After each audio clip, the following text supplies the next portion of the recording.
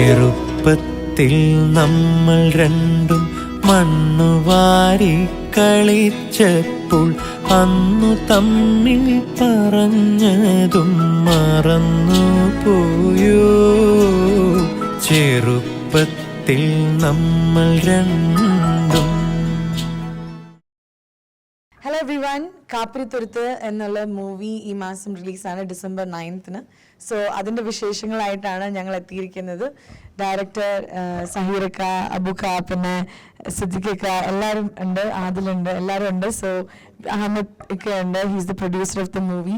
So I M gonna start കുറച്ച് questions ചോദിക്കാൻ പോവാണ്. സോ ഐ സ്റ്റാർട്ട് വിത്ത് നമ്മുടെ ഡയറക്ടറിൻ്റെ അടുത്ത് തന്നെ തുടങ്ങാം, ബിക്കോസ് ഈ ഒരു സിനിമ തുടങ്ങിയത് ഇദ്ദേഹത്തിൻ്റെ അടുത്തുനിന്നാണ്. സോ കാപ്പിരിത്തുരുത്ത് എന്നുള്ള ഈ ഒരു മൂവി ആൻഡ് ഈ സിനിമയുടെ കഥ എങ്ങനെയാണ് ഇങ്ങനത്തെ ഒരു മൂവി ചെയ്യണം തോന്നിയത്? സിനിമ സംവിധാന സഹായിയായി നടക്കുന്നതിനിടയിൽ കുട്ടിസ്രാങ്ക് എന്ന സിനിമയ്ക്ക് ലൊക്കേഷൻ കാണുന്നതുമായി ബന്ധപ്പെട്ട് കൊച്ചിയിൽ ചവിട്ടനാടക കേന്ദ്രങ്ങളൊക്കെ സന്ദർശിക്കുമ്പോൾ ഷാദിൻ കരീം സാറിനോടൊപ്പം സഞ്ചരിക്കുമ്പോൾ ഔദ്യോഗികമായിട്ടാണ് അബൂക്കയെ കണ്ടുമുട്ടുന്നത് കൊച്ചിയിൽ. അന്ന് അബൂക്കയോടൊപ്പം കൊച്ചിയിലെ ആദ്യകാല നാടകക്കാരിലെ ഒരാളായ ഈ അടുത്ത് അന്തരിച്ച PG ആന്റണി ഉണ്ടായിരുന്നു. അബൂക്ക അത് കഴിഞ്ഞു, ഞങ്ങൾ ഷൂട്ടിങ് കഴിഞ്ഞു. പിന്നീട് അബൂക്ക എന്ന് സ്പർശിച്ചത് വൈക്കം മുഹമ്മദ് ബഷീറിൻ്റെ ഒരു മുഖച്ഛായ അബൂക്കയിലുണ്ട്. അങ്ങനെ ബഷീറിൻ്റെ മുച്ചിപ്പളിക്കാരൻ്റെ മകളെന്നൊരു കഥ നാടകമാക്കേണ്ടി വന്നപ്പോൾ അബൂക്ക കണ്ടെത്തുകയാണ്. അത് വലിയൊരു ആത്മബന്ധമായിട്ട് വളരുകയായിരുന്നു. അങ്ങനെ അബൂക്കയായിട്ട് സംസാരിക്കുമ്പോൾ അബൂക്ക ഞാൻ കൊച്ചിക്ക് വലിയൊരു ചരിത്രമുണ്ട്, കൊച്ചിയിലെ മെഹബൂബായി, അത്തരം കാര്യങ്ങൾ ചോദിച്ചറിയുമ്പോൾ വളരെ നമ്മളെല്ലാവരും ഞെട്ടിക്കുന്ന വിധത്തിലുള്ള വാർത്തകളാണ് അബൂക്ക പകർന്നു തന്നത്. പല സ്ഥലങ്ങളിലും ചാനലുകളിൽ അബൂക്കയെ കുറിച്ച് ന്യൂസുകൾ വരുന്നത് ഇടയ്ക്ക് കാണാറുണ്ടായിരുന്നു, വേറിട്ട കാഴ്ചകളിലും ഒക്കെയായിട്ട്, കൊച്ചിയുടെ സുൽത്താൻ എന്നൊക്കെ പറഞ്ഞ്. അപ്പോൾ അതിനിടയിൽ എവിടെയോ പറഞ്ഞു വെച്ചു മെഹബൂബിൻ്റെ മരണത്തെക്കുറിച്ച്. വലിയ ജീവിതനൗകയിലെ ജനകീയ സിനിമ, ആദ്യത്തെ ജനകീയ സിനിമയായ ജീവിതനൗകയിലെ ആ ജനകീയ പാട്ടുകാരൻ വളരെ അനാഥമാക്കപ്പെട്ട രീതിയിൽ മരണപ്പെട്ട് കിടക്കുന്നൊരവസ്ഥ അബൂക്ക ഞങ്ങൾക്ക് കൈമാറുകയുണ്ടായി. അബൂക്കയൊക്കെ ആ മൃതദേഹം കാണാൻ വേണ്ടി അവിടെ ചെല്ലുമ്പോൾ തൊട്ടപ്പുറത്ത് കുറെ ചീട്ടളിച്ചിരിക്കുന്ന ആളുകളും ഇത്രയും വലിയൊരു പാട്ടുകാരൻ ആരും തിരിഞ്ഞു നോക്കാനില്ലാതെ കിടക്കുന്നൊരു കാഴ്ചയാണ്. അങ്ങനെ ഇതിങ്ങനെ കിടക്കേണ്ടതല്ലെന്നും അന്ന് ആ വീട്ടിലുള്ള സ്ത്രീയോട് പറഞ്ഞിട്ട് അവർ പല സമ്മർദ്ദത്തിന് വഴങ്ങിയിട്ട് തൊട്ടടുത്തുള്ള മദ്രസയിലേക്ക് ബോഡി മാറ്റാൻ വേണ്ടി അബൂക്കയൊക്കെ ആ മയ്യത്ത് കട്ടളപ്പാടി പൊക്കുകയും ഇവർ നേരത്തെ സജ്ജമാക്കിയ ഒരു വണ്ടിയിലേക്ക് ഈ മയ്യത്ത്, മരണം പോലും തട്ടിയെടുക്കപ്പെട്ടൊരു ജീവിതമായിരുന്നു ഒരു വലിയ കലാകാരൻ്റെ. അങ്ങനെ കൈമാറിക്കൊണ്ടുവന്ന ഒരാളാണ് അബൂക്ക. അത്തരത്തിൽ ഒരുപാട് അനുഭവങ്ങൾ മാത്രമല്ല, കൊച്ചിയുടെ ആദ്യകാല തുറമുഖത്തുള്ള നഗരമായിരുന്ന കൊച്ചിയിലെ ആ കപ്പൽ കടന്നു വരുന്നതും ആ കള്ളക്കടത്ത് കാലഘട്ടങ്ങളിലും ഒക്കെ ഐലൻഡിൽ ഒരു തൊഴിലാളിയായിട്ടൊക്കെ ജീവിച്ച അബൂക്കയൊക്കെ പകർന്നു തന്ന, അബൂക്ക കൊണ്ടുവന്ന് എത്തിച്ച ഒരുപാട് ആളുകളെ പരിചയപ്പെടുത്തി തന്നു. പിന്നീട് ഇന്ന ആളതാണ് ഈ സിനിമയിൽ പറയുന്ന പല കഥാപാത്രങ്ങളും ഇന്ന് ജീവിച്ചിരിക്കുന്നവരുണ്ട്, മരണപ്പെട്ടവരുണ്ട്. പക്ഷേ സിനിമയിൽ വേറെ മറ്റു പല പേരുകളിലാണ്. പക്ഷെ അവർ ഓരോരുത്തരും അവർ ജീവിച്ച് നടന്നുപോയ ആ വഴികൾ, കൊച്ചിയുടെ എഴുതപ്പെടാത്ത, ഇനിയും ജനത്തിനെ അറിയിക്കേണ്ടത്, ഇനി ഈ ജീവിക്കുന്ന ഒരു കലയെ സ്നേഹിക്കുന്ന കലാകാരൻ്റെ ഉത്തരവാദിത്വമാണ് എന്ന ബോധ്യത്തിൽ നിന്നുകൊണ്ടാണ് ഈ സിനിമ ഉണ്ടാവുന്നത്. ആ സിനിമയ്ക്ക് ആദ്യ പ്രചോദനം ഈ സിനിമ റിലീസാവാൻ പോകുന്ന അവസരത്തിലും ഞങ്ങളോടൊപ്പമുള്ള അബൂക്കയാണ് അതിന് നേതൃത്വം കൊടുത്തത്. പിന്നീട് ഈ സിനിമ നിർമ്മിക്കാൻ വേണ്ടി പല ആളുകളുടെ പുറകെ ഞാൻ ഈ സിനിമയുമായി നടക്കുകയുണ്ടായി. പക്ഷേ പലപ്പോഴും 4 വർഷത്തോളമായി, 2 വർഷത്തിന് മുൻപ് കൊച്ചിയിലെ കാർണിവൽ ഈ സിനിമയ്ക്ക് വേണ്ടി ഷൂട്ട് ചെയ്ത ആളാണ്. ഞാനും അബൂക്കായും ഒക്കെ നടന്ന് ഷൂട്ട് ചെയ്ത് വെക്കുകയായിരുന്നു, ഒരു പ്രൊഡ്യൂസർ പോലും ഇല്ലാതെ.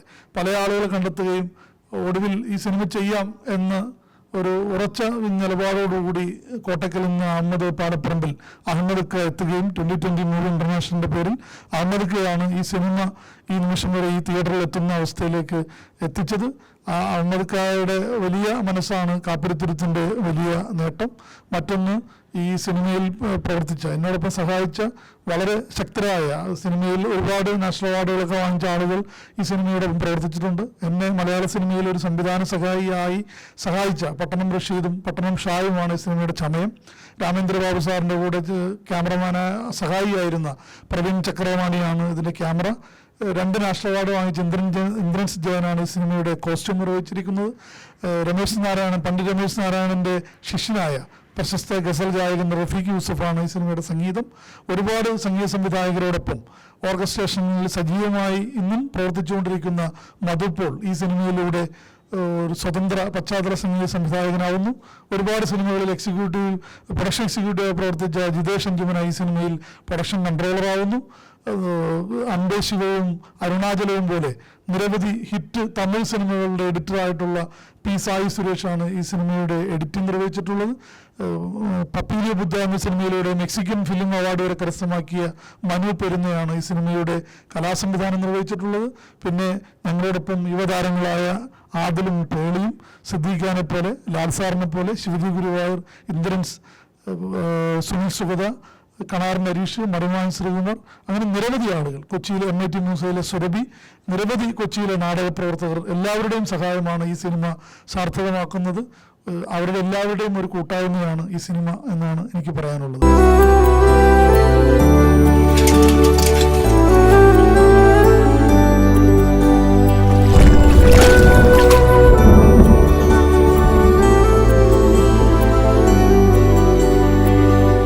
ഞങ്ങൾ ഏറ്റവും കൂടുതൽ ഇപ്പം ഇക്ക പറഞ്ഞപ്പം നമ്മൾ കേട്ടോണ്ടിരുന്ന ഒരു പേരാണ് അബൂക്ക. അബൂക്കനെ കുറിച്ച് പറയുകയാണെങ്കിൽ ഞങ്ങളുടെ സെറ്റിലെ ഏറ്റവും യങ്ങസ്റ്റ് മെമ്പറാണ് അബൂക്ക, ഏറ്റവും ആക്റ്റീവ്. അബൂക്കനെ കാണുമ്പോൾ തന്നെ നമുക്കറിയാം ഒരു കട്ടൻ ചായ ഉണ്ടാവും കഴിയുക, എന്നിട്ട് പേടി എന്തായി എന്നൊക്കെ ഓൾവേസ് ഗിവിംഗ് യു എനർജി. ബാക്കിയുള്ള ആക്ടേഴ്സ് ഒക്കെ അവരവരുടെ സീനുള്ളപ്പോൾ മാത്രമേ ലൊക്കേഷനിൽ വരുള്ളൂ അല്ലേ? അബൂക്ക ആരുടെ സീനാണെങ്കിലും ലൊക്കേഷനിൽ എന്തായാലും ഉണ്ടാവും. അതാണ് അബൂക്കാന്റെ ഏറ്റവും വലിയ പ്രത്യേകത. അബൂക്കയുടെ അടുത്ത് ഞങ്ങൾക്ക് ചോദിക്കാനുള്ളത് എന്താണ് ഇപ്പൊ സീൻ?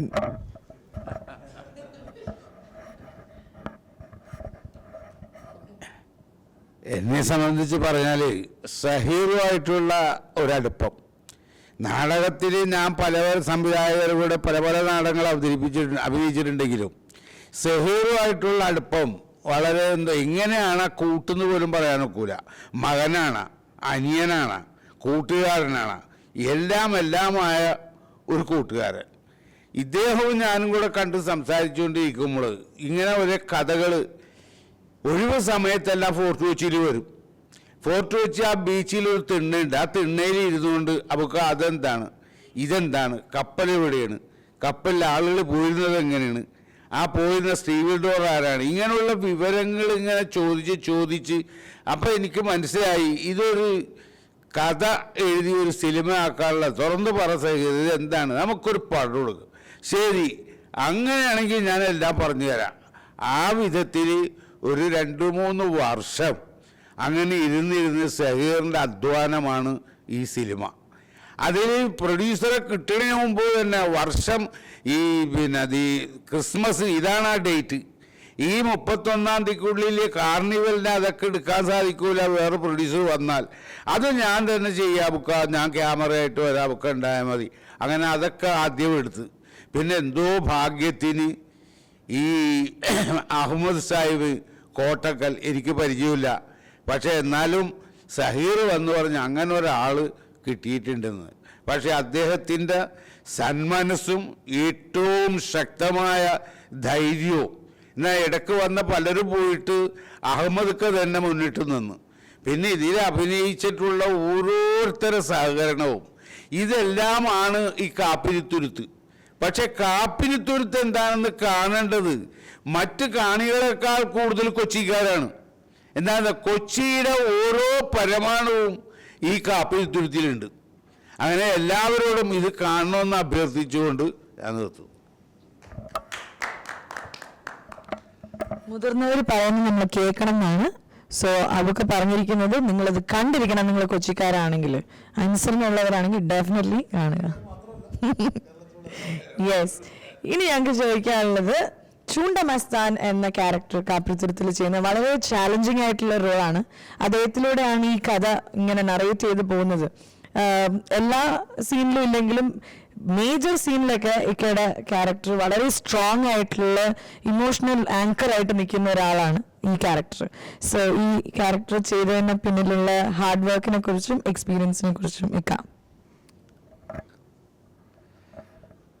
ഈ കാപ്പിരിത്തുരുത്ത് എന്ന് പറയുന്ന ഒരു കഥ അതൊരു തിരക്കഥയായി സിനിമയാവുന്നതിന് ഒരുപാട് മുമ്പ് തന്നെ സഹീർ എന്നോട് ഈ സിനിമയെപ്പറ്റി പറഞ്ഞിട്ടുണ്ട്. അപ്പോൾ അന്ന് എൻ്റെ അടുത്ത് പറഞ്ഞു അതിനകത്തൊരു റോള് സിദ്ദിഖ് അഭിനയിക്കണം എന്ന് പറഞ്ഞിട്ട് അങ്ങനെ സൂചിപ്പിച്ച് വിട്ടിരുന്നു. അപ്പോൾ അത് ചുണ്ടമസ്ഥാനാണെന്നോ എന്താണെന്നൊന്നും അന്ന് പറഞ്ഞിട്ടുണ്ടായിരുന്നില്ല.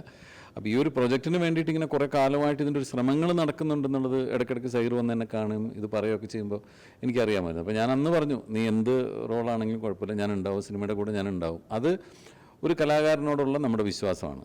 എനിക്ക് തരുന്നൊരു വേഷം അതൊരു മോശമാവില്ല, ആ സിനിമയും മോശമാവില്ല, അത് നന്നാവും എന്നുള്ളൊരു ഉത്തമ വിശ്വാസത്തിലാണ്. അല്ലാതെ ഞാനതിൻ്റെ ഒരു ഔട്ട് ആൻഡ് ഔട്ട് കഥ കേൾക്കാനോ അതല്ലെങ്കിൽ എൻ്റെ കഥാപാത്രം എന്താണെന്ന് വിശദമായിട്ട് ചോദിച്ചറിയാനോ ഒന്നും നിന്നില്ല.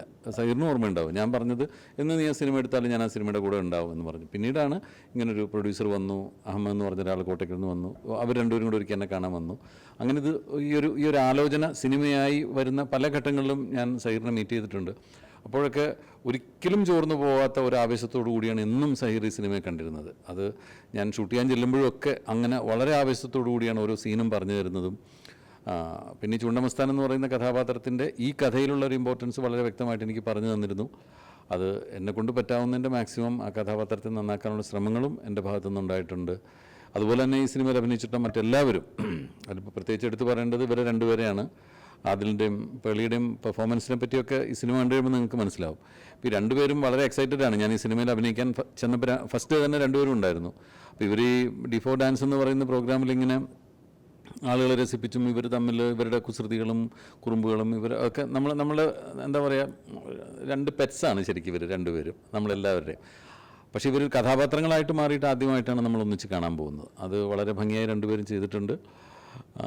സമാവർ സദു എന്ന് പറയുന്ന ആദിലിൻ്റെ ക്യാരക്ടറാണെങ്കിലും യാമി എന്ന് പറയുന്ന പേളിയുടെ ക്യാരക്ടറാണെങ്കിലും ഇനി ഒരു പക്ഷേ ഇവരുടെ ഒരു സിനിമാ ജീവിതത്തിൽ ഇത്തരത്തിലുള്ളൊരു കഥാപാത്രം കിട്ടിക്കൊള്ളണമെന്നില്ല. ഇത് വളരെ ഒരു ജൂത പെൺകുട്ടിയുടെ ഇങ്ങനെയുള്ള വളരെ ഇന്നസെൻ്റായ ഒരു ജൂത പെൺകുട്ടിയെ അവതരിപ്പിക്കാൻ ഒരു പക്ഷേ പേളിക്ക് ഇനി ഒരവസരം ഇനി ഉണ്ടായിക്കൊള്ളണമെന്നില്ല.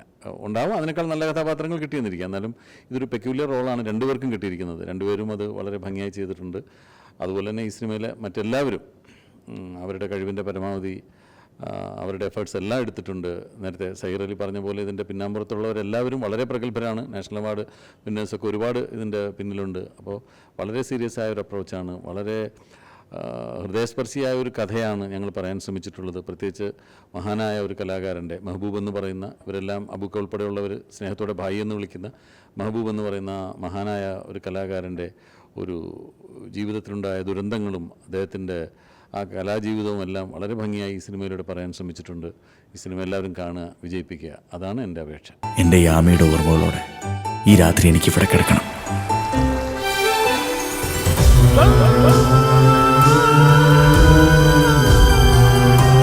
ഇനി നമുക്ക് ചോദിക്കാനുള്ളത് പ്രൊഡ്യൂസേഴ്സിനോടാണ്. അമൃതയ്ക്ക് എന്താണ് പറയാനുള്ളത്? ലൈക്ക് ഈ ഒരു പ്രോജക്റ്റ് ഡെഫിനറ്റ്ലി ഒരു വലിയ ഹീറോയിൻ ഒന്നും അല്ല, ബട്ട് കാണാൻ കൊള്ളാമെന്ന് കുറച്ച് ടാലന്റഡ് ആയിട്ടുള്ള രണ്ടുപേരാണ് ഇതിൽ അഭിനയിക്കുന്നത്. അപ്പൊ അതിന് മറുപടി പറയട്ടെ. എൻ്റെ മകൾക്ക് എന്നെ ഭയങ്കര ഇഷ്ടമാണ്. എൻ്റെ മകള് എന്നോട് പറഞ്ഞിട്ട് പിന്നെ രണ്ടാമത് നമ്മുടെ സഹീർക്ക് എൻ്റെ അടുത്ത് രണ്ടാമത് സ്ക്രിപ്റ്റ് വായിക്കാൻ വന്നപ്പോൾ പേളിയും ആദിലാണോ എന്നാ നമുക്ക് ആ പടം എടുക്കണപ്പാന്ന് പറഞ്ഞു. സത്യം അതെന്നു പറഞ്ഞ പോരെ, ആദിലും പേളിയാണോ എന്നാ സിനിമ എടുക്കണമെന്ന്. പിന്നെ സഹീർക്ക പിന്നെ എന്നോട് പറഞ്ഞു, സഹീർക്ക പിന്നെ ആദിലും പേളിയാണെന്നുള്ളത് പറഞ്ഞപ്പോൾ പിന്നെ എനിക്ക് ഒന്നുകൂടി സന്തോഷമായി. പിന്നെ മോളിപ്പോൾ പഠിക്കുന്നുണ്ട്, ഇപ്പോൾ പിന്നെ ചെറുതായിട്ടുള്ള ഒരു പരിപാടികളൊക്കെയാണ് നോക്ക്. പിന്നെ ടൈലറിംഗ് ഒക്കെ പഠിക്കുകയാണ്. വലിയ മോള് ഒരു കുട്ടിയുണ്ട് അല്ലല്ല വലിയ കുട്ടി. മോനെ നമ്മളിതിൽ അഭിനയിച്ചിട്ടുണ്ടല്ലോ നമ്മളെ സിനിമയിൽ. അപ്പോ ഡെഫിനറ്റ്ലി ഈ സ്ക്രിപ്റ്റിന്റെ സ്ട്രെങ്ത് ആണ്. അപ്പം എങ്ങനെയാണ് ഈ ഒരു പ്രോജക്റ്റിൽ ഇൻവെസ്റ്റ് ചെയ്തതിൽ അപ്പം യു ആർ ഹാപ്പി? അതായത് ഞാൻ 27 കൊല്ലം ഗൾഫിൽ ജീവിച്ച ഒരാളാണ്. അപ്പോൾ ഒരുപാട് ജീവിതത്തിൽ ഒരുപാട് അനുഭവങ്ങൾ എനിക്കറിയാം, ജീവിത അനുഭവങ്ങൾ അറിഞ്ഞ ഒരാളാണ്. അപ്പോൾ സഹീർക്ക കോട്ടയ്ക്കിൽ വന്നിട്ട് ഈ ഒരു സ്ക്രിപ്റ്റിൻ്റെ വായിപ്പിച്ചപ്പോൾ എനിക്കിതിൽ എന്തൊക്കെയോ ഒരു ഫീൽ ചെയ്തു മാനസികമായിട്ട്. പിന്നെ കൊച്ചിയുടെ ഒരു പശ്ചാത്തലം, കൊച്ചിയിലെ പണ്ടത്തെ ഒരുപാട് ആളുകളെ ജീവിതം എല്ലാം കൂടി വെച്ച് എന്നോട് പറഞ്ഞപ്പോൾ അത് നമുക്കേ ഫീൽ ചെയ്യുള്ളൂ. ഇത്തരമുള്ള ആളുകൾക്ക് ഒരുപാട് പ്രയാസങ്ങൾ അനുഭവിക്കുന്നവനെ അങ്ങനത്തെ ഒരു സിനിമ ഫീൽ ചെയ്യുള്ളൂ.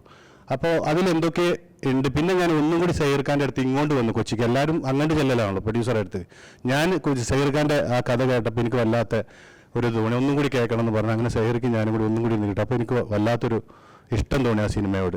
അപ്പോൾ അതിലുള്ള കഥാപാത്രങ്ങൾ ആരൊക്കെയാണെന്ന് ചോദിച്ചപ്പോൾ ഒന്ന് ചൂണ്ടാമസ്ഥാൻ. അപ്പോൾ ചൂണ്ടാമസ്ഥാൻ ആരായിട്ടാണ് വരിക എന്ന് ചോദിച്ചു. അപ്പോൾ സിദ്ദീഖായിരിക്കും എന്ന് പറഞ്ഞു. ഉറപ്പാണോ ചോദിച്ചു. ആ ഉറപ്പാണെന്ന് പറഞ്ഞു. ഒരു കയ്യാണ്ട് കൊടുത്തു ഞാൻ.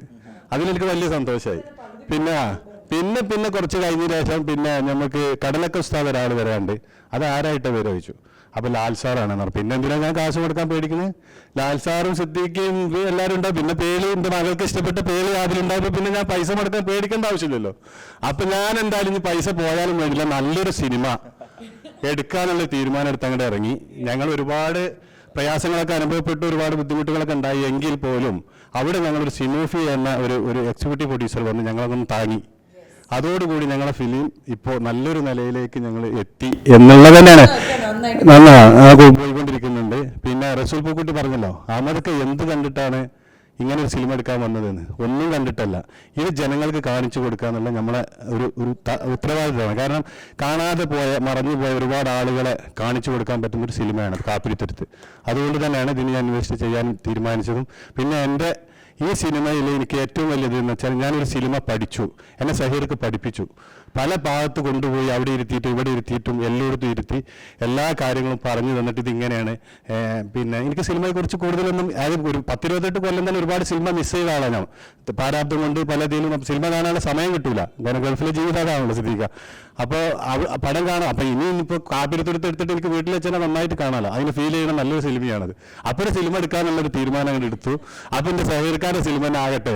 4 കൊല്ലമായിട്ട് സഹീർക്ക് ഒരുപാട് ബുദ്ധിമുട്ടി നിൽക്കുന്ന ഒരു സമയമല്ലേ.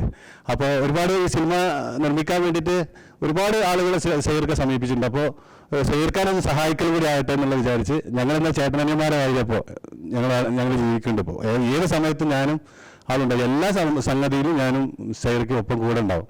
അങ്ങനെയാണ് ഞങ്ങൾ പ്രൊഡ്യൂസർ ഡയറക്ടർ എന്നുള്ളൊരിതില്ല. ഞങ്ങൾ വേറൊരു ബന്ധം, ആർക്കും ഒരു ജീവിതത്തിൽ ഒരാൾക്കും ഉണ്ടാകാത്തൊരു ബന്ധമായിരിക്കും ഞങ്ങൾ തമ്മിലുണ്ടാവുക എന്ന് മാത്രമേ എനിക്ക് പറയാനുള്ളൂ. ഏതായാലും ഈ സിനിമ എല്ലാവരും പോയി കാണണം. വളരെ നല്ല സിനിമയാണ്. ഈ സിനിമ ഇത്രയും സാമ്പത്തിക പ്രതിസന്ധിയൊക്കെ ഉള്ള സമയമാണ്. ഒരുപാട് ആളുകൾ റൂട്ടിൽ ഇപ്പോഴും തീർന്നിട്ടില്ല നമ്മളെ പ്രയാസങ്ങളൊന്നും. എന്നാൽ അത് എനിക്ക് ഫീൽ ചെയ്യുന്നുണ്ട്. പിന്നെ നമ്മൾ 25-ാം തീയതി റിലീസ് വെച്ചൊരു സിനിമയായിരുന്നു. അപ്പോൾ നമുക്ക് പിന്നെ നമ്മളെല്ലാം കൂടി ആലോചിച്ചപ്പോൾ 25-ാം തീയതി റിലീസ് ചെയ്താൽ ഒരുപാട് പ്രയാസങ്ങൾ ജനങ്ങൾ അനുഭവിക്കല്ലേ. അപ്പോൾ ഒന്നുകൂടി ഞങ്ങൾ പാസ് ചെയ്തോട്ട് വെച്ചിട്ട് 9-ാം തീയതിക്ക് നമ്മൾ വെച്ചിട്ടുണ്ട്. അപ്പോൾ 9-ാം തീയതി നമ്മൾ ഈ സിനിമ എല്ലാവരും തിയേറ്ററിൽ പോയി കാണണം. ഇപ്പോൾ പണം മുടക്കിയതിന് സിനിമ നഷ്ടപ്പെട്ടു പോകുന്ന ഒരുപാട് സംഗതികളുണ്ട്. യൂട്യൂബിൽ അതിലൊക്കെ സീനുകൾ ഇട്ടിട്ട്. അപ്പോൾ അങ്ങനെയൊന്നും ഇത് കാണരുത്. എല്ലാവരും തിയേറ്ററിൽ തന്നെ പോയിട്ട് കാണണം എന്ന് മാത്രമേ എനിക്ക് ഈ സമയത്ത് നിങ്ങളോടൊക്കെ പറയാനുള്ളൂ. സന്തോഷം. ഇത്രയും ജെന്യൂൻ ആയിട്ടൊരു ആൻസർ എനിക്ക് തോന്നുന്നു ഇപ്പൊ പറഞ്ഞതിൽ ഏറ്റവും മനസ്സിന്ന് സംസാരിച്ച ഒരാളാണ് ഇക്കയ്ക്ക്. എന്തായാലും ഡെഫിനറ്റ്ലി യു റെപ്രസെന്റ് ഇപ്പം നമ്മുടെ ഓഡിയൻസിൽ പലരെയും. I want you to say a comment on whatever he said. അല്ല, അഹമ്മദ് പറഞ്ഞത് അഹമ്മദിൻ്റെ മനസ്സിൽ നിന്നാണ് പറഞ്ഞത്. അതൊരു ഞാൻ നേരത്തെ ഒരു ഇൻ്റർവ്യൂവിലും പറഞ്ഞു, നമുക്കൊരു പൈസയ്ക്ക് വാല്യൂ ഉണ്ടാകുന്നത് അത് എന്തിനു വേണ്ടി ചിലവാക്കുന്നു എന്ന് നോക്കുമ്പോഴാണ്. അല്ലെങ്കിൽ പൈസ എൻ്റെ കയ്യിൽ ഇത്ര കോടി രൂപയുണ്ടെന്ന് പറഞ്ഞ് പെട്ടിയിൽ അടുക്കി വെച്ചവർക്കൊക്കെ ഇപ്പം എന്തായി, ഒരു ദിവസം നേരം എഴുന്നേറ്റപ്പോൾ ഈ പൈസ ഒന്നും വാല്യൂ ഇല്ലാത്ത ഒരു സാധനമായിട്ട് മാറി. അപ്പോൾ പൈസ അങ്ങനെ സൂക്ഷിച്ച് വെക്കുന്നതിലോ അത് ചിലവാക്കാതെ സൂക്ഷിക്കുന്നതിലോ അല്ല. പണത്തിന് വാല്യൂ ഉണ്ടാകുന്നത് അത് ഒരു നമുക്കിഷ്ടപ്പെട്ടൊരു കാര്യത്തിന് വേണ്ടി ഉപയോഗിക്കുമ്പോഴാണ്. ചിലർക്ക് ആ പണം ഉപയോഗിക്കുന്നത് ചിലർ ഭക്ഷണം കഴിക്കാനായിരിക്കും, ചിലർ ഡ്രസ്സ് വാങ്ങിക്കാനായിരിക്കും, അല്ലെങ്കിൽ അവർക്ക് ആഡംബര വസ്തുക്കൾ വാങ്ങിക്കാനായിരിക്കും. അഹമ്മദ് അത് ഉപയോഗിച്ചത് അഹമ്മദിന് ഇഷ്ടപ്പെട്ട ഒരു സിനിമ എടുക്കാനാണ്. അപ്പോൾ അതിൽ അഹമ്മദ് ഒരു വിഷമവും കാണുന്നില്ല. അതാണ് ഞാൻ പണം പോകണം പോയിക്കോട്ടെ, കുഴപ്പമില്ല, എനിക്ക് നല്ലൊരു സിനിമ എടുത്തെന്നുള്ളൊരു സന്തോഷമുണ്ടല്ലോ. പൈസ അതിനുള്ളതാണ്, നമ്മുടെ സന്തോഷത്തിന് ചിലവാക്കാൻ വേണ്ടിയിട്ടുള്ളതാണ് പൈസ. അപ്പോൾ അങ്ങനെ പണം ചിലവാക്കിയെടുത്ത ഒരു സിനിമ ഒരുപാട് ജനത്തെ കൂടി സന്തോഷിപ്പിക്കുമെങ്കിലോ അത് വളരെ വലിയൊരു കാര്യമായിരിക്കും. അപ്പോൾ അഹമ്മദിൻ്റെ ആ ഒരു ശ്രമം ഫലം കാണുമെന്നും, പിന്നെ എന്ത് കാര്യവും നമ്മൾ വളരെ സിൻസിയറായിട്ട് മറ്റൊന്നും പ്രതീക്ഷിക്കാതെ അത് ചെയ്ത് കഴിയുമ്പോൾ തീർച്ചയായിട്ടും പഠിച്ചവൻ അതിൻ്റെ ഒരു പ്രതിഫലം നൽകുമെന്നാണ് എൻ്റെ ഇത്രയും കാലത്തെ ഒരു അനുഭവം. അപ്പോൾ അത് വെറുതെ ആവില്ല, അത് നല്ല സിനിമയ്ക്ക് വേണ്ടിയിട്ട്, അതല്ലാതെ വേറെ എന്ത് ഉദ്ദേശത്തിലും അല്ല. എനിക്കൊരു നിർമ്മാതാവ് എന്നുള്ള ഒരു പേര് കിട്ടണമെന്നോ, അല്ലെങ്കിൽ എനിക്കൊരു സിനിമ എടുത്തിട്ട് അതിൻ്റെ വേറെ ഏതെങ്കിലും മേഖലകളിൽ വ്യാപരിക്കണമെന്നോ ഒന്നും ചിന്തിച്ചിട്ടില്ല. എന്നും ലൊക്കേഷനിൽ വന്ന് ഞങ്ങളോട് ജനങ്ങളോടെല്ലാം നല്ലതുപോലെ ഒരുപാട് ബുദ്ധിമുട്ടുണ്ടല്ലേ, നിങ്ങളൊക്കെ ഒരുപാട് കഷ്ടപ്പെട്ടിട്ടാണ് ഈ സിനിമ ഉണ്ടാക്കുന്നതല്ലേ, ഞാനതൊക്കെ മാറി നിന്ന് കണ്ട് പഠിക്കുകയാണ് എന്ന് പറഞ്ഞ് ആ സിനിമയുടെ കൂടെ നിന്ന് ഇപ്പോൾ അതിൻ്റെ പ്രൊമോഷന് വേണ്ടി അല്ലെങ്കിൽ അതിൻ്റെ തിയേറ്ററിൽ ഡേറ്റ് കിട്ടാൻ വേണ്ടി അതിനെല്ലാം സഹീറയുടെ കൂടെ ഇങ്ങനെ നടന്ന് ആ സിനിമ ജനങ്ങളിലേക്ക് എത്തിക്കാൻ ഒരാൾ ശ്രമിക്കുമ്പോൾ തീർച്ചയായിട്ടും പഠിച്ചവൻ അതിനുള്ള പ്രതിഫലം കൊടുക്കട്ടെ എന്ന് മാത്രമാണ് എൻ്റെ പ്രാർത്ഥന. താങ്ക് യു സോ മച്ച് അക്ക. ഇനി എനിക്ക് ചോദിക്കാനുള്ള ആദിലിനോടാണ്. Adil is a very very close friend of mine and എൻ്റെ ഫാമിലി പോലെയാണ് ആദിൽ. സോ ആദിലിനെ കുറിച്ച് പറയുകയാണെങ്കിൽ he's a very very ambitious person. പക്ഷേ slow and steady wins the race എന്ന് വിശ്വസിക്കുന്ന ഒരാളാണ്. പതുക്കെയാണ് പക്ഷെ വളരെ കൺസിസ്റ്റൻ്റ് ആയിട്ട് ലൈഫിൽ മുന്നോട്ട് നീങ്ങുന്ന ഒരാളാണ്. So Adil as an actor you have done ധാരാളം സിനിമകൾ ചെയ്തിട്ടുണ്ട്. ഈ ഒരു സിനിമയിൽ എന്താണ് അതിന് ഡിഫറെൻ്റ് ആയിട്ട് തോന്നിയത്? Why is Kappirithuruthu special to you? ഇപ്പം ഇത്രയും പേര് പറഞ്ഞ ഓരോ റീസണും കാപ്പിരിത്തുരുത്ത് എന്ന സിനിമ എനിക്ക് എന്തുകൊണ്ടാണ് സ്പെഷ്യൽ എന്നുള്ളതിൻ്റെ റീസൺസ് തന്നെയാണ്. എല്ലാവരും അത് ഷെയർ ചെയ്ത് പറഞ്ഞു. എങ്കിൽ കൂടെ ഇതിൻ്റെ കൂടെ ചേർത്ത് പറയാനുള്ളത് എനിക്ക് എന്താണെന്ന് വെച്ച് കഴിഞ്ഞാൽ, ഞാൻ ഇന്ന് വരെ ചെയ്തിട്ടുള്ള ക്യാരക്ടേഴ്സിൽ എനിക്ക് ഏറ്റവും ഡീറ്റെയിൽഡ് ആയിട്ടും ഇത്രയും ഓരോ ഏരിയയിലും സഹീർക്ക് എഴുതിയിട്ടുള്ള ഈ ഒരു ക്യാരക്ടർ സദാശിവൻ എന്ന് പറയുന്നവൻ്റെ എങ്ങനെയാണ് അവൻ്റെ മനസ്സെന്താണ് എന്നുള്ളത് ഓരോ ഡയലോഗിലും ആക്ച്വലി നല്ല ആഴത്തിൽ ചിന്തിച്ചു കഴിഞ്ഞാൽ എല്ലാവർക്കും മനസ്സിലാവും, അല്ലെങ്കിൽ ആ സിനിമ കണ്ടു കഴിഞ്ഞാൽ എല്ലാവർക്കും മനസ്സിലാവും. ആ സിനിമയിലൂടെ 70-കളിൽ തുടങ്ങി 2016 അവസാനിക്കുന്ന വരെയുള്ള ആ ഒരു കാലയളവിൽ സദാശിവൻ എന്താണ് അനുഭവിക്കുന്നത്, അത് അവൻ്റെ ഫിസിക്കൽ അപ്പിയറൻസിലൂടെ മാത്രമല്ല, അവൻ പോയിട്ടുള്ള ജീവിത സാഹചര്യങ്ങളിലൂടെ അവന് വന്നിട്ടുള്ള മാറ്റങ്ങൾ എന്തൊക്കെയാണ്, അവൻ എന്തൊക്കെ പഠിച്ചു ജീവിതത്തിൽ എന്നുള്ളതൊക്കെ എൻ്റെ കരിയറിൻ്റെ വളരെ ഇനീഷ്യൽ ഫേസാണ് ഇതൊക്കെ. പോളി നീ പറഞ്ഞ പോലെ നമ്മൾ കുറച്ച് സിനിമകളെ ചെയ്തിട്ടുള്ളൂ, വെളിയിലെണ്ണാവുന്ന സിനിമകൾ. അപ്പം നമ്മൾ ഇങ്ങനത്തെ ഇത്രയും കുറച്ച് എക്സ്പീരിയൻസ് ഇല്ലായ്മയിൽ നിൽക്കുന്ന സമയത്തും ഇങ്ങനത്തെ ഒരു വളരെ പവർഫുൾ ആയിട്ടുള്ള ക്യാരക്ടർ നമ്മളെപ്പോലുള്ളവർക്ക് തന്നിട്ട് ആ ഒരു വിശ്വാസ്യത കാണിക്കുന്ന ഈ പ്രൊഡ്യൂസറിനും ഈ ഡയറക്ടറിനും അതുപോലെ തന്നെ ഇത്രയും എക്സ്പീരിയൻസ്ഡ് ആയിട്ടുള്ള ക്രൂവിനും ആക്ടേഴ്സിനുമാണ് നമുക്ക് നന്ദി പറയാനുള്ളത്. കാരണം അത്രയും വലിയ ഭാരിച്ച ഒരു ഉത്തരവാദിത്തമാണ്. എങ്കിലും എല്ലാവരുടെയും കൂടെ നിന്ന് ഇവരുടെയൊക്കെ സപ്പോർട്ടോടു കൂടി നമ്മുടെ കഴിവിൻ്റെ പരമാവധി ചെയ്യാൻ ഞാനും അതുപോലെ തന്നെ പേളിയും ഒക്കെ ശ്രമിച്ചിട്ടുണ്ട്. ഒരുപാട് പേരുടെ പ്രാർത്ഥനയാണ് ഈ സിനിമ, ഒരുപാട് പേരുടെ കഷ്ടപ്പാടാണ് ഈ സിനിമ. അതുകൊണ്ട് തന്നെ ഈ സിനിമ വിജയിക്കണം, അതൊരു നിർബന്ധമാണ്. അങ്ങനെ നിങ്ങളാണ് അത് വിജയിപ്പിക്കേണ്ടത് എന്നുള്ള റിക്വസ്റ്റാണ് എല്ലാവരുടെ അടുത്തും പറയാനുള്ളത്. കാരണം അത്രയും എഫേർട്ടുകൾ ഓരോരുത്തരും നമ്മൾ ഇന്ന ആൾ ഒരു എഫേർട്ട് എടുത്തു എന്നൊന്നും പറയല്ല, എവ്രിബഡി. പേളി കുറഞ്ഞ നേരത്തെ ഒരു ഷോയിൽ പറഞ്ഞു എനിക്ക് ഏറ്റവും കൂടുതൽ ഇവിടുത്തെ ഭക്ഷണമാണ് ഇഷ്ടപ്പെട്ടതെന്ന്. അപ്പം അവിടുത്തെ യൂണിറ്റിലുള്ള പിള്ളേരുടെ ഒരു ആത്മാർത്ഥത എനിക്ക് ഓർമ്മ വന്നു ആ സമയത്ത് നീ പറഞ്ഞപ്പോൾ. അവർ ഓരോരുത്തർക്കും, അതായത് ഒരു വലിയ ആർട്ടിസ്റ്റിന് ഒരു ചായ കൊടുക്കുക എന്നുള്ളതല്ല, ഓരോരുത്തർക്കും ഒരു ലൈറ്റ് ബോയ്ക്കാണെങ്കിലും അവർ കൊടുക്കുന്ന ആ ഒരു സ്നേഹവും എല്ലാ സഹകരണവും ആർട്ടിലെ പിള്ളേരാണെങ്കിലും എനിക്ക് ഓരോരുത്തരും ഈ അവസരത്തിൽ മിസ് ചെയ്യണം. അല്ലേ, നമ്മൾ ഈ ഒരു ചെറിയ ഒരു ക്രൂ ആയിരുന്നു, പക്ഷെ എത്ര സ്നേഹത്തോടെയാണ് രാവൊന്നും പകലൊന്നും ഇല്ലാതെ ഉറക്കമില്ലാതെ നമ്മൾ ഷൂട്ട് ചെയ്തിട്ടുള്ള. അങ്ങനെ കഷ്ടപ്പെട്ട് സഹകരിച്ച് ഒരുപാട് പേര് പ്രവർത്തിച്ചിട്ടുള്ള ഒരുപാട് നന്മയുള്ള സിനിമയാണ് ഈ സിനിമ. ഓരോരുത്തരും കാണണം. ഡിസംബർ 9 ഈ സിനിമ റിലീസിന് ഒരുങ്ങുമ്പോൾ ഈ സിനിമ നിറഞ്ഞ സദസ്സോടെ നിങ്ങൾ സ്വീകരിക്കണം എന്നുള്ള ഒരൊറ്റ റിക്വസ്റ്റാണ് നിങ്ങൾ ഓരോരുത്തരോടും പറയുന്നത്. Thank you. ഇനി എൻ്റെ അടുത്ത് ചോദിക്കാം. ഞാൻ ഇങ്ങനെ ചോദിക്കാം. പേളിയും ഇതിനു മുമ്പ് ഒരുപാട് സിനിമകൾ ചെയ്തിട്ടുള്ള ആളാണല്ലേ. പേളിയെ പല സിനിമകളിലും ഇതുപോലെ കേളി ആയിട്ട് നമ്മൾ കണ്ടിട്ടുണ്ട്. പക്ഷേ ഇതിലങ്ങനെയല്ല കാണുന്നത്. ഇതിൽ ഞാൻ നേരത്തെ പേളിയെ കണ്ടപ്പോൾ പറഞ്ഞു, ഇപ്പോൾ പേളിയെ കാണുമ്പോൾ ഇതുപോലത്തെ ഒരു കിളി എൻ്റെ വീട്ടിലുണ്ടായിരുന്നു. ഇരിക്കുന്നൊരു ഏതോ ഒരു കിളി പാൻറ് ഷർട്ട് ഇട്ട് ഇരിക്കുന്ന പോലെയാണ് എനിക്കിപ്പോൾ. ഇങ്ങനെയൊന്നും അല്ല പേളി നമ്മൾ സിനിമയിൽ കാണുന്നത്. സിനിമയിൽ വേറൊരു കഥാപാത്രമായി യാമി എന്ന് പറയുന്ന ഒരു ജൂത പെൺകുട്ടിയായിട്ടാണ് പേളി അഭിനയിച്ചിട്ടുള്ളത്. മറ്റ് കഥാപാത്രങ്ങൾ ചെയ്തതിൽ നിന്നൊക്കെ എല്ലാവരും ചോദിക്കുന്നൊരു ചോദ്യമാണ്. ഓരോ കഥാപാത്രങ്ങളും മറ്റ് കഥാപാത്രങ്ങളിൽ നിന്നും വ്യത്യസ്തതയുണ്ട്. പക്ഷേ മറ്റ് കഥാപാത്രങ്ങൾ ചെയ്യുന്നതിൽ നിന്നും ഈ കഥാപാത്രം ചെയ്യുമ്പോൾ പേളിയുടെ ഭാഗത്ത് നിന്ന് എന്ത് എഫേർട്സൊക്കെയാണ് ഉണ്ടായിട്ടുള്ളത്? ഇങ്ങനെയാണ് ഈ കഥാപാത്രത്തെ സമീപിച്ചിട്ടുള്ളത്. എനിക്ക് ആക്ച്വലി പറയാനുള്ള കാര്യം ഭയങ്കര ഡീപ്പാണ്. അതായത് അത് ചിലപ്പം പറഞ്ഞാൽ ശരിയാവില്ല. ബിക്കോസ് സഹീറയ്ക്കൊക്കെ അറിയാം. എന്തായാലും ഞാൻ പറയാൻ ശ്രമിക്കാം. എനിക്ക് I believe in lot of unreal things എന്ന് വിശ്വസിക്കുന്ന ഒരാളാണ്. സോ ഇതിലെ ക്യാരക്ടർ ജൂതപ്പെണ്ണാണെന്ന് പറയുന്നത് എനിക്കൊരു പോയിന്റ് ആയിരുന്നു. ബിക്കോസ് ചെറുപ്പം മുതലേ ഡാഡിയും മമ്മിയൊക്കെ എന്നെ ഡ്രസ്സപ്പ് ചെയ്യുമ്പോൾ ഈ കാലത്ത് എന്നെ ജൂതക്കുട്ടി എന്ന് വിളിക്കുമായിരുന്നു. ബിക്കോസ് ഡാഡിയുടെ വെള്ള ടീഷർട്ടും ചരടും എൻ്റെ ചുരുണ്ട മുടി പിന്നെ ഇങ്ങനെ ഓടി നടക്കുന്ന കാണുമ്പോൾ പലരും ഇത് ജൂത കൊച്ചാണോ എന്ന് ചോദിച്ചിട്ടുണ്ട്. അത് 3 വയസ്സിന് ശേഷം പിന്നെ എന്നെ നോക്കി ആരും ചോദിച്ചിട്ടില്ല, ബിക്കോസ് ഞാൻ സംസാരിക്കാൻ തുടങ്ങി മലയാളത്തിൽ. അപ്പം മനസ്സിലായി മലയാളി കുട്ടിയാണ്. ബട്ട് പിന്നെ കുറേ വർഷങ്ങൾക്ക് ശേഷം ഇക്കയുടെ ഈ സ്ക്രിപ്റ്റ് വന്നപ്പം ജൂതക്കുട്ടിയുടെ ക്യാരക്ടറാണെന്ന് ആദിൽ ഫോണിൽ കൂടെ പറഞ്ഞപ്പോഴാണ് എനിക്ക് പെട്ടെന്ന്, ഞാൻ ആദ്യം വിളിച്ച ഡാഡിനെയാണ്, ഡാഡി എനിക്കിങ്ങനെ ഒരു സിനിമ വന്നിട്ടുണ്ട്, should I do it? He said of course you should go ahead. Because എൻ്റെ mummy is not somebody cinema ചെയ്യണ്ട എന്ന് പറയുന്ന ഒരു മമ്മിയാണ്, ഇപ്പോഴും അങ്ങനെ പറയുന്നവരാണ്. പക്ഷേ ഞാൻ ഇപ്പോൾ 8 സിനിമ ചെയ്തതിൽ ആദ്യമായിട്ടാണ് മമ്മി ഒരു ഷൂട്ടിന് ഇറങ്ങുന്നതിന് മുമ്പ് എൻ്റെ ബൈബിളിൽ തൊട്ടിട്ട് പ്രാർത്ഥിച്ചിട്ട് എൻ്റെ തലയിൽ കൈവച്ചിട്ട് ഓൾ ദി ബെസ്റ്റ് പറയുന്നത് ആദ്യമായിട്ടാണ്. സോ ആ ഒരു അനുഗ്രഹം ഇതുവരെ എനിക്ക് ഒരു സിനിമയിലും കിട്ടിയിട്ടില്ല. മമ്മി പറയുന്നത് ഇത് ലാസ്റ്റ് സിനിമയാണ് എന്ന് പറഞ്ഞിട്ട് വിടുന്ന ഒരു മമ്മിയാണ്. പക്ഷെ ഡാഡി എല്ലാത്തിനും സപ്പോർട്ടാണ്. അപ്പൊ ആദ്യമായിട്ടാണ് മമ്മിയുടെ ഒരു പ്രാർത്ഥനയും, മമ്മി എനിക്ക് വേണ്ടി വിളിച്ചിട്ട് എങ്ങനെ ഉണ്ടായിരുന്നു ഷൂട്ട് എന്നൊക്കെ ചോദിക്കണം. മമ്മിക്ക് ഞാൻ ആങ്കറിങ്ങിൽ ഒരു കുഴപ്പമില്ല, she doesn't mind me anchoring, ഇഷ്ടമാണ് ആങ്കറിങ് ചെയ്യുന്നത്. പക്ഷെ ആക്ടിങ്ങിൽ മമ്മിക്ക് പേടിയുണ്ടായിരുന്നു. പക്ഷെ ഈ ഒരു സിനിമയിൽ എനിക്ക് തോന്നുന്നു സംഗ്രഹിക്കാൻ അറിഞ്ഞത് കൊണ്ടായിരിക്കണം, അല്ലെങ്കിൽ ആദിലുള്ളത് കൊണ്ടായിരിക്കണം, എൻ്റെ മമ്മിക്ക് ഭയങ്കര കംഫർട്ടബിൾ ആയിരുന്നു ഈ ഒരു പ്രോജക്റ്റ്. സോ ഐ തിങ്ക് ആ ഒരു അനുഗ്രഹമായിരുന്നു ഇത്ര നാൾ ഞാൻ വെയിറ്റ് ചെയ്തുകൊണ്ടിരുന്ന ഒരു അനുഗ്രഹം. സോ എൻ്റെ മമ്മിയുടെ അനുഗ്രഹം കൂടി ഉള്ളത് കൊണ്ട് definitely that is another reason. And Yami എന്നുള്ള ക്യാരക്ടർ ഫോർ മീ എനിക്ക് ഭയങ്കര ജലസ് തോന്നുന്ന ഒരു ക്യാരക്ടറാണ്. ബിക്കോസ് യാമി സ്നേഹം പ്രണയവും ഒക്കെ കണ്ടിരുന്ന രീതി, ആ രീതിയിൽ എനിക്ക് ഇനി പ്രണയിക്കണം എന്നുണ്ട്. ബിക്കോസ് സമാവർ വെയിറ്റ് ചെയ്യുകയാണ് ഒരു കടവിൽ, എന്നിട്ട് യാമി വരാനായിട്ട് മണിക്കൂറുകൾ വെയിറ്റ് ചെയ്യുന്നു.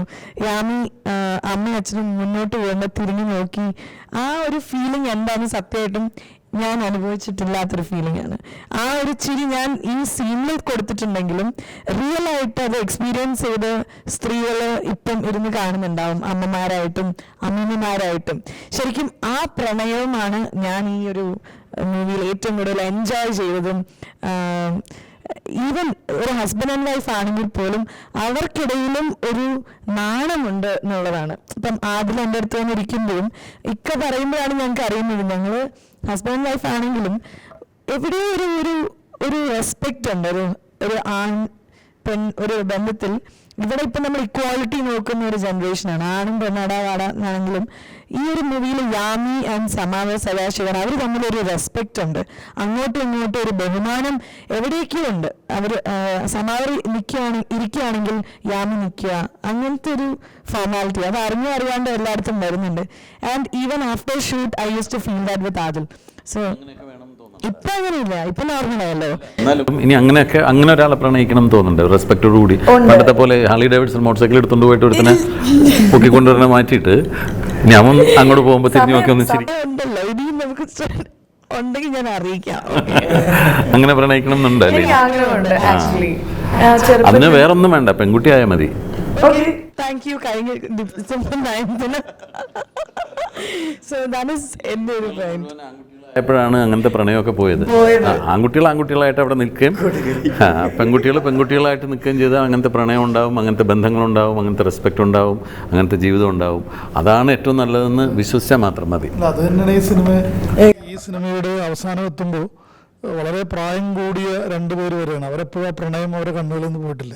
ഈ സിനിമ കണ്ട വളരെ പ്രഗത്ഭനായ ഒരാൾ വർക്കിനിടയിൽ എന്നോട് പറഞ്ഞത്, ചുരുക്കം ചില വളരെ പ്രതിഭാതമായ ആളുകൾ സിനിമ കണ്ടിട്ടുണ്ട്, പക്ഷേ ഞാൻ നേരത്തെ വിളിച്ചു പറയുന്നില്ല. അതിലൊരാൾ പറഞ്ഞത് ഈ സിനിമ വളരെ ഗംഭീരമായ ഒരു പ്രണയ സിനിമയാണ് എന്ന് പറഞ്ഞു. പക്ഷേ അത് ഒരുപക്ഷെ ഇതിൻ്റെ ഫസ്റ്റ് ഹാഫിൽ തോന്നില്ല. സിനിമ അവസാനിക്കുമ്പോൾ ഇത് വലിയൊരു പ്രണയ സിനിമയായിട്ടാണ് ഫീൽ ചെയ്യുന്നത്. ആ പ്രണയം വർക്കൗട്ടായത് പുള്ളി പറഞ്ഞത് ഈ 70-കാരനായി നിൽക്കുന്ന ആദിലിൻ്റെ ക്യാരക്ടറും അതിന് ഒരു 60-ന് താഴെ വന്ന് 58-57 നിൽക്കുന്ന പേളിയുടെ ക്യാരക്ടറും വന്ന് നിൽക്കുമ്പോൾ അവരുടെ കണ്ണുകളിൽ നിന്നും അവരറിയാതെ പറയുന്നു. ഒരു സ്ഥലത്ത് അവരെ പ്രണയം പറയുന്നില്ല, ഞാൻ പ്രേമിക്കുന്നു എന്ന് പറയുന്നില്ല, ഒന്നുമില്ല. അവരുടെ കണ്ണുകളിലൂടെ അവരുടെ ചലനങ്ങളിലൂടെ ഒക്കെ സംഭവിച്ചതാണത്, അങ്ങനെ സംഭവിച്ചതാണത്. അതുകൊണ്ട് തന്നെ ഈ സിനിമ ഒരു പ്രണയ സിനിമയാണ്. പ്രണയം മനസ്സിൽ സൂക്ഷിക്കുന്ന എല്ലാ ആളുകൾക്കും, എല്ലാ പ്രായ അത്രയുള്ള ആളുകൾക്കും ഈ സിനിമ ആസ്വാദകരമാവും എന്ന് തന്നെയാണ് എൻ്റെ വിശ്വാസം. ഓക്കെ, ഞാനിപ്പോൾ എണ്ണ അയക്കോളാം. അപ്പം ഇന്ന് എല്ലാവർക്കും കാപ്പിരിത്തുരുത്തിൻ്റെ എല്ലാവർക്കും നന്ദി, നമസ്കാരം.